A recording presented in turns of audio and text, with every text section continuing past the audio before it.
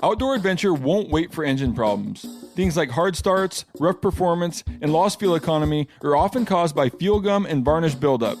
Seafoam can help your engine run better and last longer. Simply pour a can in your gas tank. Hunters and anglers rely on Seafoam to keep their engines running the way it should the entire season. Pick up a can of Seafoam today at your local auto parts store or visit seafoamworks.com to learn more. There's nothing like snook hook sets at dawn or catching a tarpon in the moonlight. Find your next fishing trip made easy on fishingbooker.com and experience the magic of the Sunshine State or any other destination on your fishing bucket list.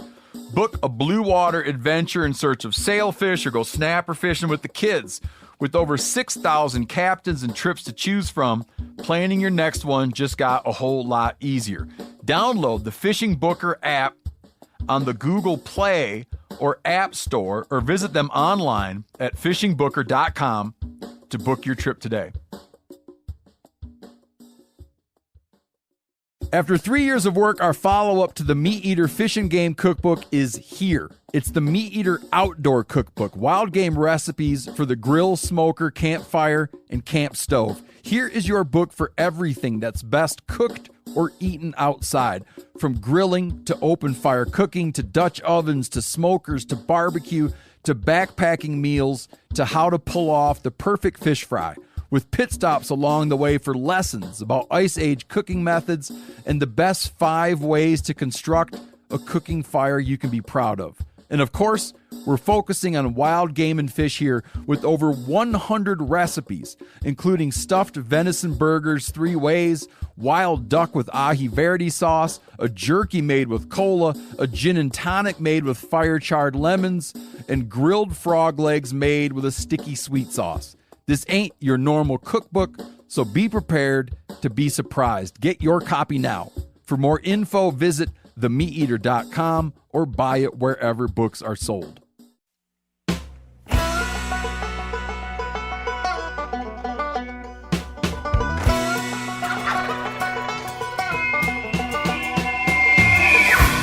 Welcome back to another episode of Cutting the Distance. Today, I'm not going to have a guest. I'm just going to go over some listener questions. You know, a lot of times we interview somebody, we talk about turkey hunting, and maybe some of those tactics are too advanced, or maybe those tactics don't make sense to them yet. So I've been getting a lot of questions by maybe a big game hunter or somebody just wanting to get into turkey hunting, and they've got a lot of questions on what do they need, what's a minimum, what do they have to have, what's something that's nice to have but not necessarily needed. So I was just going to take today's time and just kind of go over that for a new turkey hunter. You know, it's the middle of January, late January now. Turkey hunting's kind of right around the corner. And for those that haven't did it, it may be a little bit of a daunting task on what do you need. And if you're a beginner turkey hunter or a seasoned turkey hunter, there may be a few things you can pick up during this episode that you did or didn't already know.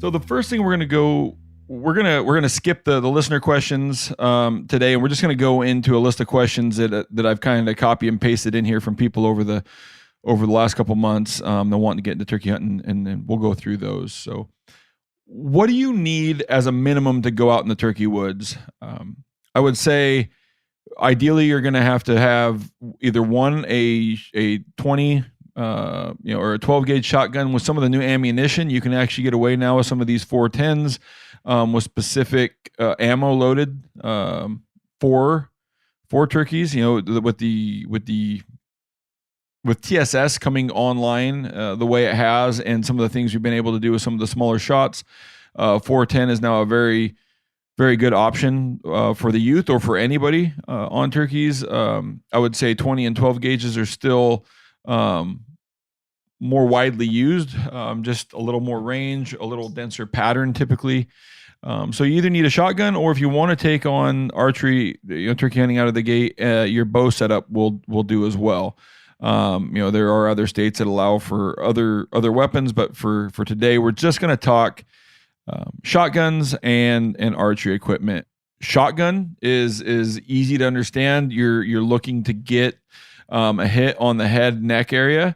And we're going to get into ammo a little bit as well. But one thing you need to do is find a good ammunition. And I just mentioned TSS, and I would say TSS makes the 410 is a viable option. But if you're wanting to do this on a budget and don't want to shoot a shotgun shell that's anywhere from $5 to $15 a piece, I would recommend you got to pattern your gun. But there's a lot of different manufacturers out there that make 4s and 5s and 6s, whether it's heavy shot, whether your state allows lead or copper plated lead, whatever it may be.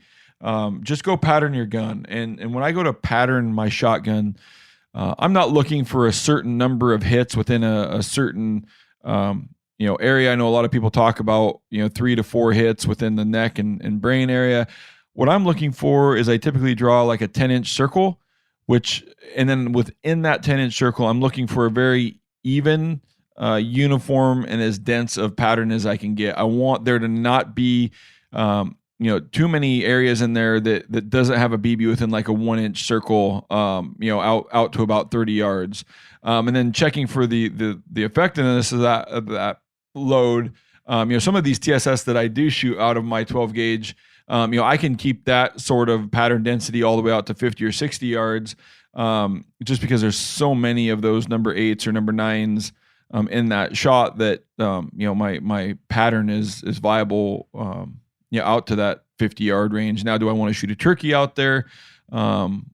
Ideally, no, but knowing your gun's capabilities, and also with that load, you need to find a load that your gun with your choke shoots well. Just because your buddy has the same gun you do and the same choke you do and shoots a certain type of ammo doesn't necessarily mean that gun is going to shoot identical to your buddy's. Now, the chances of it shooting similar are more likely, but you still need to go pattern and test your own gun, your own load, to make sure that that's a good option. Now, if you're going out with archery gear, there are different trains of thought. They've got, a lot of broadhead companies have specific, broadheads with very large cutting diameters, for, shooting them in the head.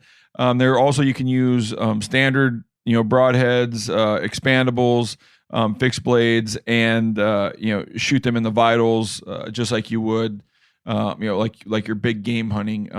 I personally, aside from the kill zones that are put on the turkey targets, I've never went out and archery hunted turkeys until this year. And so, that's one thing that I'm going to have to educate myself on a little bit more, is based on shooting angles and, vitals, kind of where I'm going to need to aim. On a big game, I've kind of got it dialed. No matter which angle the animal is, I know where the vitals are, where I can get through what that bone structure looks like.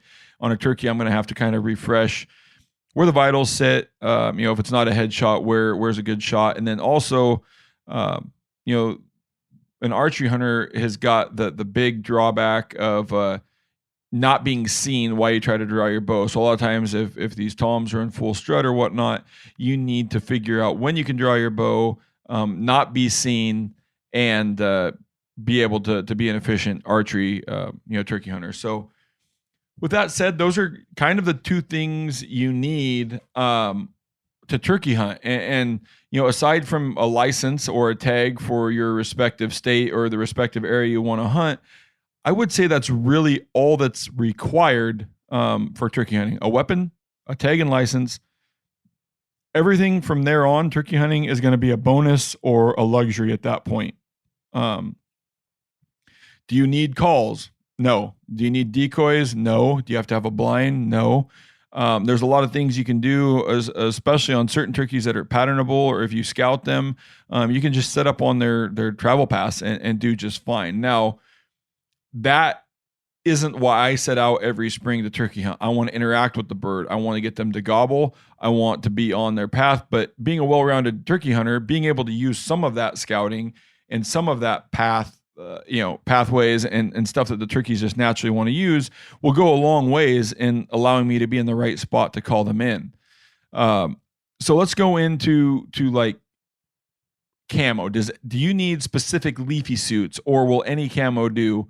I guess I'll start off. It really depends on whether you're in a blind or not. If you're in a blind, black clothes on a travel path would work just fine. Like, you don't need to have, the best camo out there. Now, I will say movement is more important, or lack of movement is more important than camo, in my opinion. Whether you're wearing the best camo, completely concealed, if you move at the wrong time, when that turkey can see you, if they detect anything out of the norm, they're going to typically bust, and you're not going to get a second chance at them. If this is a new turkey hunter and you haven't got a chance to experience just how much they pick up and how slight of movement they will pick up, you'll be in for a surprise when you go to to move your foot, or your foot's asleep and you move one way or the other while they're there. They will pick it up. So when I'm turkey hunting, movement is sloth-like slow. If I've got to bring the gun up, if I've got to pan, everything is very deliberate and very, very slow, like over exaggerated slow to get my gun in position. Unless I need to make a quick shot or I can swing really quick and know I'm going to get on it. Everything else I do is very subtle. We'll get into calling in a little bit, but even as far as running box calls, pot calls, mouth calls, if that movement's involved and you think they can see it, you need to be smart about when you're calling, and when they can pick it up. So camo, I say it's best to wear a camo that fits in with the area you're hunting. You want to be as natural, and you want to disappear as much as possible in your surrounding. Myself, I'm a tree sitter. I don't like to be in a blind. I don't put myself behind a pile of brush. I found that I can't shoot as well. And while you're trying not to make noise, if you've got to swing your gun or you try to get drawn in a brush pile, it's going to be detrimental. So I try to sit in front of a clear tree, let the tree break up my outline, and use that to my advantage. And when you set up on the tree, one thing you need to be looking for as a turkey hunter is that you've got clear shooting lanes out in front of you, that you didn't give yourself like little small slivers on where you expect that turkey to be coming from. So camo, not required, but definitely, in my opinion, adds to the success of a turkey hunter and lets you get away with a little bit more movement. Now, on the same topic as camo, like, are there any absolutely do nots while turkey hunting? And I would say colors that you'll see on turkeys that you want to shoot. So let's say a tom, reds, whites, and blues. The color of tom turkeys' heads, especially on public land, maybe not as important on private land, but I would still definitely avoid those colors. Don't wear red, white, and blue if at all possible. While you're hunting, there's no need to, and all you do is open yourself up to the potential of somebody that doesn't identify their game very well. There's been lots of horror stories of people being shot in the turkey woods. So we just want to avoid that if possible. One thing that does kind of go along with camo as well is face mask. Is there any need for face covering? And I don't have any scientific backup for this, but I feel like a turkey, both eye contact and like facial recognition, like it's one of those things that a turkey will pick up more so than not. And so I always wear a face covering, as much of my nose, my mouth, chin, everything that I can, basically just leaving my eyes exposed. I found seems to get me picked off a little less than by not wearing a face covering or just having face paint on or whatever it may be. A full covering mask seems to be the ticket. Let's move into scouting. You can be the greatest caller in the world. You can travel a bunch of distance. You can do a lot of things to make up for this, but I feel like all of that aside, scouting your area, knowing where the birds are at, knowing where the birds want to be, is going to be one of the best things you can do to ensure that you're going to have some success come your spring season. With that said, we also need to be very, we need to recognize and be conscious of those. If you're scouting earlier, let's say into March or early April, that flock and where those birds are at is going to change fairly drastically from the start of that scouting, mid-March, to the start of hunting season in April. And so if you were to go on a scouting trip mid-March and come back over on the opener, April 15th, come back over on your trip May 1st, whatever it may be, those turkeys are going to be at different areas. The the flocks are going to look different. The dynamics of those flocks are going to be different. And so the closer you can scout to season and ensure that those birds are where you think they are, the better likelihood of them being there is. Which, not to be obvious, but the closer you are to season, it's just something I've heard over and over. They've went and scouted middle of March. They're antsy coming off of winter to go look for turkeys. They find them, and then they go back in the middle of April. And then the next message I get is, where are the turkeys at? Why aren't they in that area where I had them everywhere?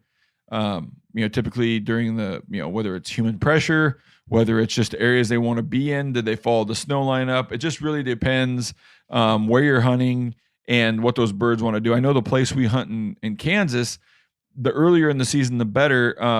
That property holds the birds early, but then as the spring goes on, those toms continue to disperse and cover more ground, and they don't all leave his property, but they definitely become thinner on some of those properties. Here in Washington, where we're hunting, mountain country, a lot of times we still have snow fairly low, middle of April, and as May moves on and that snow line's moving up, some of those birds will walk up the mountain with the snow line, so you could see those birds move.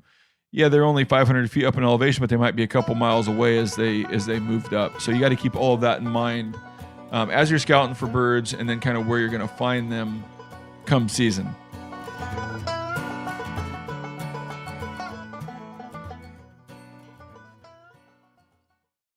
We've all seen plenty of gadgets and fads come and go, but here's one product that stood the test of time: Seafoam Motor Treatment.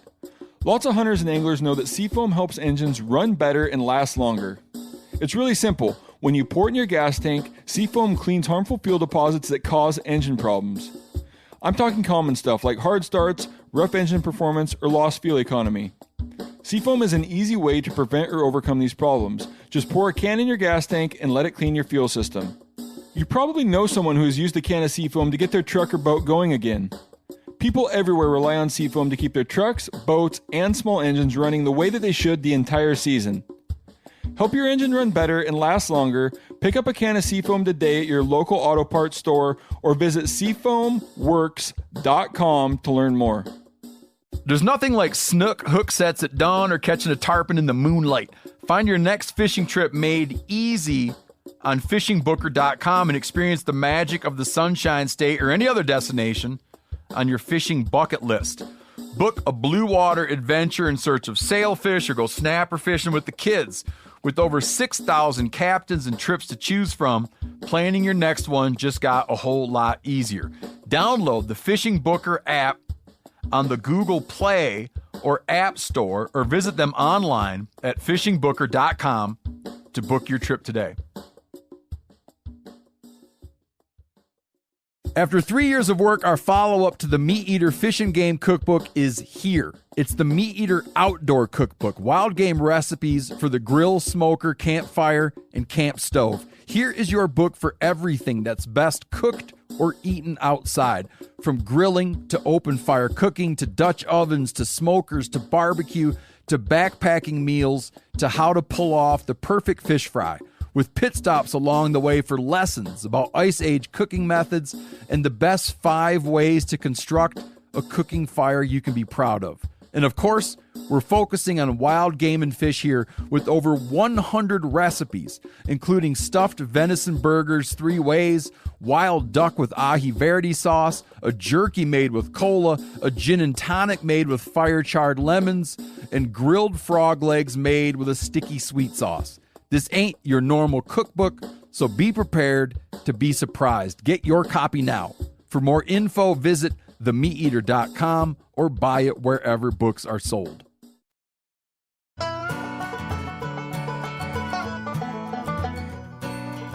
Do you need decoys or not? I always have decoys with me. When I first started and couldn't afford anything, it was a lot of like the Flambeau little foam folder decoys I could throw in the back of my vest. Now I tend to carry a life-size Dave Smith around with me, at least a hen, if not a hen and a Jake. I will say, especially in Kansas on Easterns, when we were running and gunning in Washington last year, we did pack one of the hens around, but we didn't have as much time to set her up on certain scenarios. It's been a little hit or miss. Sometimes you will see, birds decoy perfect. They'll see the decoy, they'll come in. Other times they'll see the decoy, it may be out of place, or it surprises them, and it hasn't worked. So I would recommend everybody play with it. See if it works for you. I've had great success with them, and I've had times where I wondered, like, I wonder if I didn't have a decoy out there, if it would have worked. So it's really trying to find your own way to hunt. I always have decoys with me. Whether we elect to use them or not is a different story. If I'm I would say my general rule of thumb is if I'm in a spot where that decoy can get that turkey's eyes off of me, or can be seen from a long ways away. If they're going to be on a power line meadow, or they're going to be somewhere where they can see a long ways and that decoy can get their attention, we'll typically put it out. If we're in tight, if we're in the timber, or a bird, it's not the visual is not going to be to our advantage, then we'll typically leave, just set the bag next to our chair, and go with that. Do you need to bring blinds or makeshift ground blinds out in the woods?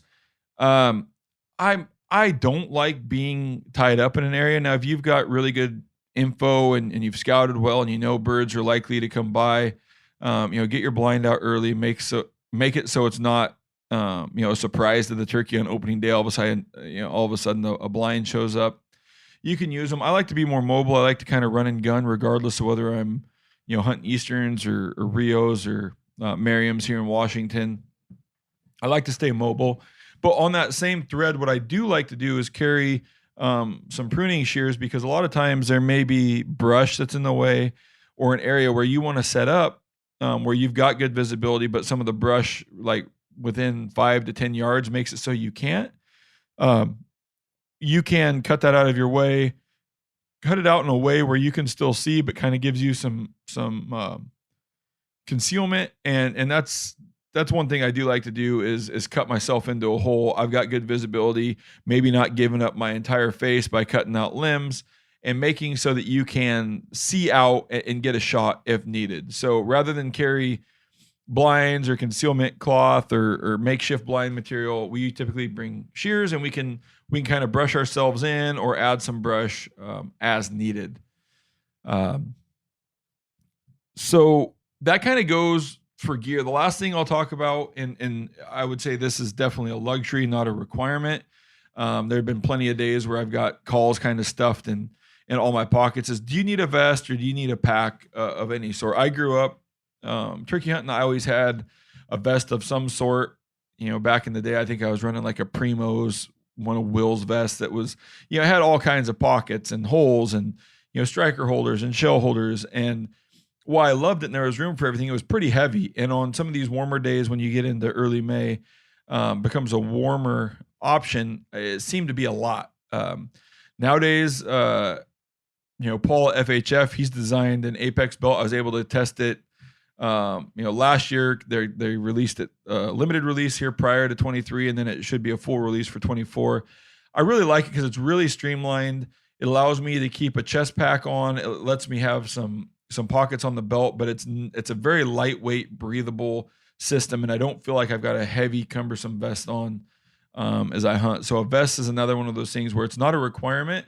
It is a luxury, but for those that have them or can afford them or want them, it can definitely be a nice addition for sure. You get the season, and a lot of guys, you need to locate turkeys, and this is different whether I'm in Kansas or around home. In Kansas, a lot of times we may not even roost birds because they typically, if they don't get bumped off of those trees, they will typically roost in those same trees. So a lot of times we will go out at night, listen, but we're not so dead set on roosting those turkeys as we are. Let's say we're in Eastern Washington and these birds are following the snow line up, or these Merriams are all over the mountainside. They will roost potentially in a different spot night after night after night. And we found that if we don't go roost birds here in Eastern Washington, or same goes for the Idaho mountain birds or so on, Montana birds, it's a little more important. So we go out every night, about that time of fly up. So I would say, about, sundown on, they'll be on the ground for another 20, 25 minutes, and then eventually they'll fly up. And then you've got about a 30 to 35, maybe even a 45-minute window we found over there where those birds will talk a lot while they're in their roost. So we will, if we're driving roads, if there's a county road, if we're in on a ridge system, we'll go in there and just listen after fly up. Some calls you can use during that time. You can use your owl hooter. You can use crow calls. One of my favorite nighttime locators, which I do not use during the daytime because I don't want them to feel that there's a coyote on the ground, is just a quick coyote howl. It's a great nighttime locator. We seem to get really good responses out of that. So we'll go up, get to a good vantage, just like you're trying to locate a bugle or anywhere up high where you can hear a lot of country, and locate a bird. Then if we need to, we can drive to a lower area, try to get a better pinpoint on them, and then make sure we've got a good idea, because in the morning we're going to want to start there. That's where we're going to start our hunt. When you do find a roost tree, if you've got them pretty well defined to that, the next thing I like to do is get on onX, or if you know the area really well, and try to figure out which way they're going to pitch out of that tree. If you haven't got a chance to see them pitch out of that tree, if you haven't had a chance to see what they do in that area, a lot of times we set up wrong in the morning, or we go in kind of blind and we just set up close to the roosting birds, and they typically pitch out the opposite direction. So put a little thought into where you think that bird is going to pitch and why, and then that could definitely help. And even more so, you don't have to be so close to the bird. You can go out 150, 200 yards. If you think that that's where that bird's gonna push out or feed, or where they're gonna strut, definitely go that direction rather than just below the tree somewhere. Now, with that said, I seem to always struggle regardless of where I set up on a roost tree. It seems like the bird always wants to do something that I don't want them to do, or go a direction I don't want them to go. And I've always struggled, like, you do some tree yelps, you always want to get their attention, or at least let them know you're there, versus being completely quiet, hoping that you pick the right direction. And I always kind of, go back and forth. And there's been some times where it's worked great, and there's been some times where it's like, I shouldn't have made a sound. So it's really up to you to kind of figure out, what you want to do, if you want to make a sound, or if you want to alert them of your location, so at least they know. There's no real right or wrong answer there, but I would say typically lean towards at least making some really soft tree yelps and then putting the call away. So let's get into, one thing that a lot of people, for me, spring turkey is about using the calls and the vocalizations and getting these things to come in on a string if possible. So what vocalizations as a turkey hunter do you need to be able to make to call a bird in? I would say if you can only learn one sound, just your typical 7 to 9 note yelp is going to be, your best call that you can go out in the woods with. Now, not saying that you're limiting yourself, because being able to have the ability to cluck, purr, bubble cluck, cut, any of those sort of calls can add to the realism, especially if they're doing it out in the woods. But going out there with a minimum of the ability to yelp will be to your advantage. How do you mimic realistic turkey calls rather than what you hear everybody do? When I'm testing turkey calls, or when I'm researching vocalizations, or maybe I'm recording audio, a lot of times I just go to real turkey sounds. I go out to video clips of real turkey sounds. I don't try to sound like another caller. I go to try to sound like realistic turkeys, real turkeys. YouTube is a great spot to go listen to real turkeys do their thing and call. We always try to put their calling into a perfect little cookie cutter box. A 7 to 9 note yelp. Well, guess what? You can go on YouTube and listen to a turkey rattle off 50 or 60 yelps in a row. You can also hear turkeys very subtly, yap, yap, yap, yap. They'll do like 4 yelps. You just need to go and decide for yourself what's realistic turkey calls, and what you need to do to mimic those. Now, with that said, one of the main questions I get manufacturing turkey calls is which ones do I need or which ones should I get? I always recommend mouth diaphragms for people that are learning or experienced.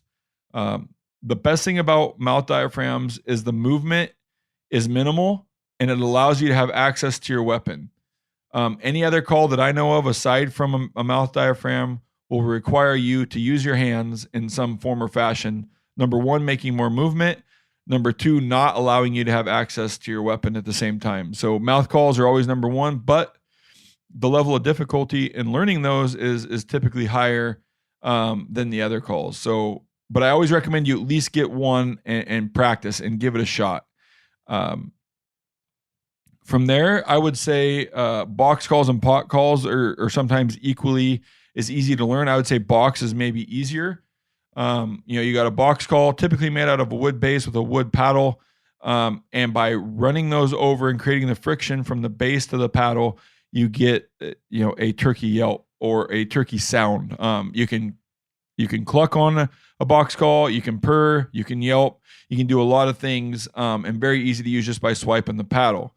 Pot calls are made out of a multitude of materials. I would say the most common would be a wood pot or a plastic pot with slate, glass, aluminum, copper, a slate tech type material, a material that's kind of an engineered material. And typically you will use a peg with that. So you'll use a striker on top of the conditioned surface. So by making small semicircles or oblong circles, small J's, by dragging your striker down, you can get your purrs. Sharp pushes down the board, you can get your clucks or cuts, depending on how loud you want those. And those are typically going to be also a lot easier to run, a little less movement than box calls, but maybe a little more difficulty in learning to run those. Those are kind of the three calls. Now there's a lot of other specialty calls. We've got tube cutting calls. We've got spring box calls where there's a spring and you can push or pull pin calls. But I would say the majority of your turkey calls are going to be mouth diaphragms, box calls, or pot calls. Now that you're out there, can you recommend calling sequences for different phases of the hunt? How does varying your cadence affect responsiveness? All of this stuff. So it's very tough on a hunt to go out there and tell you exactly how you should call. Now, I'm going to leave you with a few things is when you're out in the woods, what are the other turkeys doing? Are those hens being very, very boisterous? Are they being to the point of overcalling? Are they being aggressive? So you're kind of reading the room. How are the other turkeys responding? How talkative are they? But then the other thing you're going to do is how is that tom that you really want to come into your location? How is he responding to your calling? Is he fired up when you cluck? Is he fired up when you yelp? Is he fired up on this or that? Last year in Washington, I was there with my good buddy John and Simone in Eastern Washington, and we don't typically pull. We've always got a box call with us. We've always got wood, all of our calls with us, but there's just some that we use more than the other. On this particular hunt, we kept coming back to my box call, which is the Meat Eater X Phelps box call. There was something about it, whether it was the time of the year, whether it was quietness, whether it was elevation, whatever it may be. We could get turkeys to respond to that box call better than we could our mouth diaphragms or our pot calls. So it was one of those things where just because what those turkeys in the field wanted to hear, what they responded to, we picked up on that and we used that box call more so than not. Now it did add some difficulty, like I said before, is we're trying to call those birds into our location with a box call. It's sometimes very, very tricky. For me, my right arm's got to move, to the extent of 5 or 6 inches on the end of the paddle. So a lot of times when we were setting up, if I wasn't the shooter, I would set up maybe more so out of the visible area of that turkey. I would kind of go hide myself, which wouldn't be ideal if I was calling for myself, but calling for my buddies, I was able to make work. One time I was the caller and the shooter. We were being very strategic on listening where the bird's gobble was, how close we thought they were, can we hear them spitting and drumming, and then at some point I was gonna have to put the box call down and just hold on to my gun and hope that that was enough to finish him. So you're using kind of all of those cues throughout a hunt to decide whether or not you need to keep using that call. Or you may run into a turkey that doesn't care if you're yelping on the mouth diaphragm, a pot call, or a box call, or any combination thereof. So you're really, one, like I said, I don't think you can go wrong if you listen to all the other turkeys in the area. How loud are they being? If you've got boss hens that are just real squawky, you may need to get squawky because you're trying to call him away from her. Or number two, if that bird's just soaking up everything you throw at it, continue to go down that path, during your call-ins. Different terrains is one of the other things. Is how do you, is there a difference when you're hunting them in the mountains of Washington versus the open fields or the open meadow, country of Kansas? And I would say yes, but it's more so on the subspecies. I would say it was a question about terrain, but the stubborn Easterns of the Midwest are a completely different animal than our Merriams out in the West. You got big thunderous gobbles or a bigger bird, but an Eastern is very, very stubborn and sometimes very, very hard to get them to give up your location. It's when they do give up their location, they sometimes seem to care a little bit less about your calls. And I know this all depends on the time of the year. But Easterns are more difficult. You go out west and we're hunting our Rios and our Merriams, a lot more talkative, a lot easier to get to say something early in the morning or middle of the day. When I'm hunting Merriams or Rios, I feel like I've got a good chance all day long, where when I'm hunting Easterns in Kansas or wherever it may be, I feel like at times I just need to set up on a travel corridor, maybe do some, a little real subtle calling every hour or so and just hope that they want to walk by me. So that's one of the big differences. Now, terrain, I've always felt turkeys would rather come uphill to a call because if they run into danger, they can pitch away from the danger. So that's one thing I always try to keep in mind, either on contour or calling them uphill. Imagine if you're trying to call a bird downhill and they run into danger, they can still just run up the hill, but it puts them at a disadvantage versus just being able to pitch off the hill. They don't want to pitch out and over the danger of what may be there. So that's really, when it comes to terrains, kind of what I'm thinking of as I go into that setup. Can that turkey get away from danger? Are they going to be comfortable? And look at it from that standpoint. Aside from that, and that's kind of my advice for a turkey hunter. A lot of people think you need to have all the specialty gear. I would say a weapon, some understanding of being able to make some turkey calls, and then it's really just spending time out in the woods and understanding the birds. As I've said before, I've got lots of podcasts that goes very, very deep with Dr. Chamberlain and some of these research biologists that talk about, we get into nesting cycles and why turkey hunting may be better later in the season than early. We talk about hunting pressure. We talk about all those things, but at its very basic, the foundation of turkey hunting. I wanted to do this podcast to really just kind of say what you need, what you don't need necessarily, but what are kind of some of these luxuries. And turkey hunting is just a blast. Some people out west love to hate on turkey hunting. We should be spring bear hunting or doing something. Man, I absolutely love it when I can get an animal to interact with me. Regardless of what they say, it's very, very similar to elk hunting. I get something to respond with a locator call, something I didn't talk about, but you can use all of these locator calls. You locate them, you take a guess at where you think they are, you move in as close as you can without busting them, and you sit down and try to call them in. Very, very similar to elk hunting. Yeah, I'm calling in a 20-pound turkey instead of a 800-pound screaming elk, but the game itself is similar, and I love everything about it. And if you have any other questions for me or my guests on the upcoming turkey episodes that we're just starting to get into, please email them to us at ctd@phelpsgamecalls.com, or you can send us a message on any of our social media platforms and we'll do our best to get them plugged in here.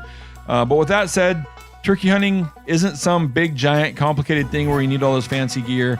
Weapon, tag, do a little bit of scouting, learn how to call, and go hunt and have a blast this spring. Thank you, everybody.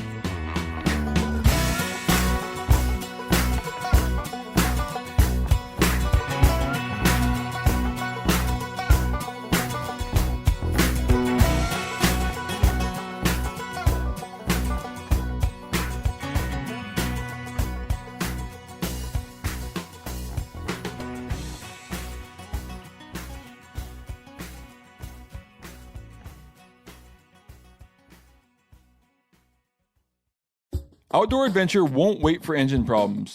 Things like hard starts, rough performance, and lost fuel economy are often caused by fuel gum and varnish buildup. Seafoam can help your engine run better and last longer. Simply pour a can in your gas tank. Hunters and anglers rely on Seafoam to keep their engines running the way it should the entire season. Pick up a can of Seafoam today at your local auto parts store or visit seafoamworks.com to learn more. After 3 years of work, our follow-up to the Meat Eater Fish and Game Cookbook is here. It's the Meat Eater Outdoor Cookbook, wild game recipes for the grill, smoker, campfire, and camp stove. Here is your book for everything that's best cooked or eaten outside. From grilling to open fire cooking to Dutch ovens to smokers to barbecue to backpacking meals to how to pull off the perfect fish fry, with pit stops along the way for lessons about Ice Age cooking methods and the best 5 ways to construct a cooking fire you can be proud of. And of course, we're focusing on wild game and fish here with over 100 recipes, including stuffed venison burgers 3 ways, wild duck with ahi verde sauce, a jerky made with cola, a gin and tonic made with fire-charred lemons, and grilled frog legs made with a sticky sweet sauce. This ain't your normal cookbook, so be prepared to be surprised. Get your copy now. For more info, visit themeateater.com or buy it wherever books are sold.